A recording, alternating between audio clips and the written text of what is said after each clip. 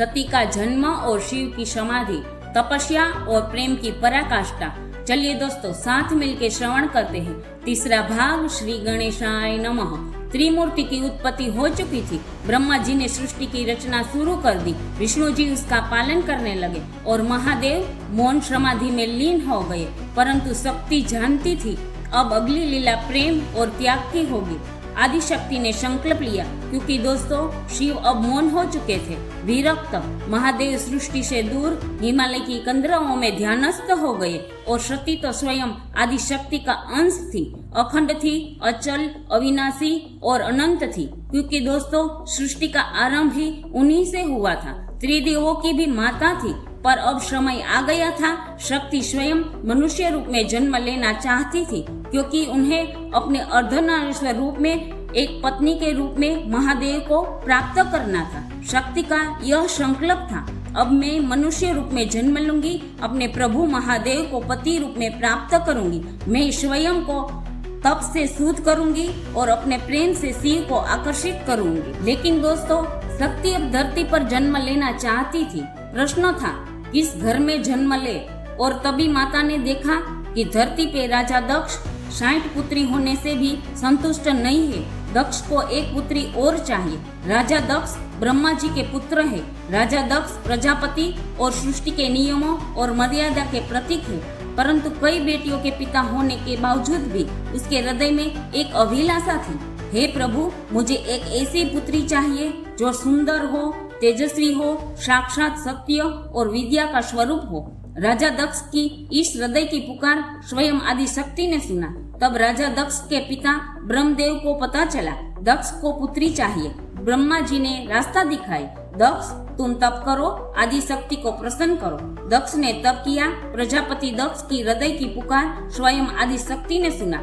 शक्ति स्वयं प्रकट हुई राजा दक्ष के सन्मुख। माता बोली, हे दक्ष, मैं प्रसन्न हूँ, मांगो, क्या चाहिए तुम्हें? दक्ष ने प्रणाम किया और बोला, हे माता, हे देवी, यदि आप मुझे प्रसन्न है तो मेरी प्रार्थना है कि आप मेरी पुत्री बनकर मेरे घर में जन्म ले। आदि शक्ति मुस्कुराई, पर उनका उत्तर सरल नहीं था। मैं अवश्य तुम्हारे घर जन्म लूंगी, पर स्मरण रखना, जिस दिन तुम्हारे भीतर अहंकार की अग्नि प्रज्वलित होगी, उस दिन मैं तुम्हारे उसी अहंकार में अपना देह का परित्याग कर दूंगी। मैं फिर तुम्हारी पुत्री नहीं, केवल शक्ति बन जाऊंगी। राजा दक्ष एक धर्मपरायण था, परंतु साथ में अहंकारी था। माता जानती थी, परंतु दोस्तों राजा दक्ष ने यह वचन स्वीकार कर लिया।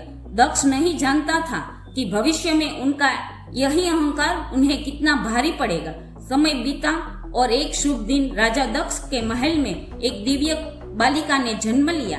पूरे राजमहल में हर्ष और उल्लास की लहर दौड़ने लगी।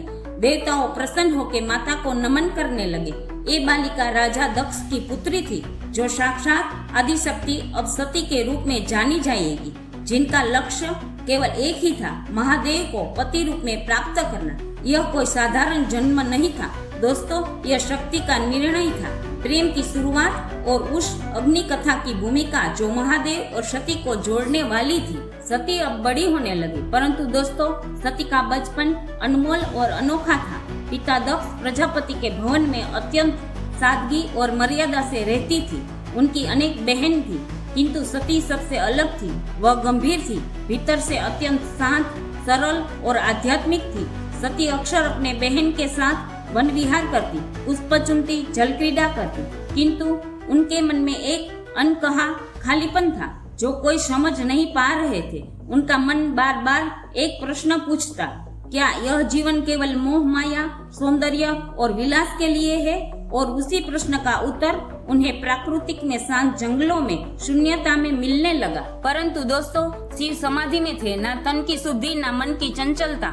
कभी गंगा जटाओं में बहती, कभी सर्प उनके गले में लहराते। महादेव पूरी तरह से विरक्त हो चुके थे। न शिव को सृष्टि की चाहना थी, न किसी संगनी की, परंतु नियति को कुछ और ही स्वीकार था। सती माता एक दिन वन में विहार करते समय एक अजीब वस्तु दिखाई दी। वह एक रुद्राक्ष था, गंगा के तट पर पड़े हुई। जैसे ही सती ने रुद्राक्ष को खुद के हाथों में लिया, सती की शरीर में एक कंपन सा हुआ। सती ने आंखें बूंदी और एक अद्भुत शक्ति का अनुभव हुआ, मानो कोई दिव्य दृष्टि सती को खींच रही हो। सती को उसी क्षण ज्ञात नहीं था रुद्राक्ष केवल एक बीज नहीं बल्कि रुद्र स्वरूप शिव की उपस्थिति है। सती का मन उसी दिन से बार बार वो शक्ति की ओर खींचने लगा जिन्हें वो जानती भी नहीं थी। सती जब भी ध्यान में बैठे किसी विराट योगी की छवि सामने आती, जटाधारी, त्रिनेत्री, शांत और गंभीर। रोज रोज रुद्राक्ष को हृदय से लगाकर सती गहन ध्यान में चली जाती। सती के स्वप्न में वही योगी आता। सती ने माताओं और बहनों से पूछा, कौन है ये? तो कोई उत्तर नहीं दे पाते। सती ने पिता से पूछा, पिताश्री, यह रुद्राक्ष किसका प्रतीक है? ध्यान में जो योगी आता है, कौन है वो? दक्ष के मुख पर हंसी थी, कटाक्ष भी था। वह तो श्मशानी, भस्मधारी, दिगंबारी योगी है। रुद्र वह श्मशानी है, तपस्वी है, सन्यासी है। सती के मन ने अस्वीकार कर दिया दक्ष की बातों को और सती का मन उसी योगी में अटका था। सती के रोम रोम ने कहा, वही मेरे और मैं उनकी। उसी क्षण सती ने निर्णय लिया, यदि कोई पुरुष मेरे जीवन का स्वामी हो सकता है तो केवल वही सन्यासी दिगंबर। सती युवान थी, सब समझी। दक्ष को बोली, पिताश्री, मैं वो दिगंबर को पति बनाना चाहती हूँ। दक्ष शिव का विरोधी था, क्रोध से बोला, पुत्री, शिव वह तो अघोरी है, ना घर है, ना कुल, नहीं मान सम्मान, वह तुम्हारे योग्य नहीं है। पुत्री, सती ने निर्णय कर लिया था। पिता का राजमहल का वैभव छोड़ के सती हिमालय की घने वन में चली गई, तपस्या करने लगी। सती ने भोजन त्यागा, फिर जल त्यागा, बाद में वायु पर जीने लगी। अरे अंत में शिव के नाम पर ध्यान करती रही। सालों बीते, देवता ने देखा, ऋषि ने स्तुति की, ब्रह्मा विष्णु भी सती की तपस्या से प्रभावित हो गए। सती की तपस्या सृष्टि को कंपा दिया। शिव का जागरण मतलब दोस्तों, जब सती ने नश्वर शरीर की सीमा पार कर ली, उसकी चेतना शिव की समाधि तक पहुंची। शिव की आंख खुली, त्रिनेत्र से देखा वह तेजस्विनी नारी जो शिव को पाने के लिए अपना अस्तित्व भुला चुकी है। महादेव मौन थे पर भीतर भावों का समुद्र था। शिव बोले, सती, मैं तुम्हारे मन को जानता हूँ, तुम तपस्विनी हो, शुद्ध हो, तुम्हारी श्रद्धा ने मुझे खींच लिया। सती, तुम्हारा संकल्प मेरे ध्यान को विचलित कर गया। मैं स्वीकार करता हूँ तुम्हें पत्नी के रूप में। सती की आंखों में अश्रुधारा बही। वर्षों की तपस्या सफल हो गई। महादेव ने नंदी को भेजा दक्ष के महल। देवताओं ने विवाह की योजना बनाई। शिव स्वयं बारात लेके दक्ष के घर गए। देव, दानव, भूत, प्रेत, गण, नाग और साधु के संग दक्ष ने शिव को अपमानित दृष्टि से देखा। शिव सती का विवाह सबकी साक्षी में पूर्ण हुआ। अब कैलाश की पावन धरती, हिमालय की ऊंचाइयों में सती और शिव का आगमन हुआ। एक कोई साधारण मिलन नहीं था, ब्रह्म शक्ति और प्रकृति का मिलन था, एक पुरुष और एक नारी का पूर्ण संतुलन। लेकिन दोस्तों, ये अंत नहीं था। दक्ष का अहंकार और क्रोध शांत नहीं था।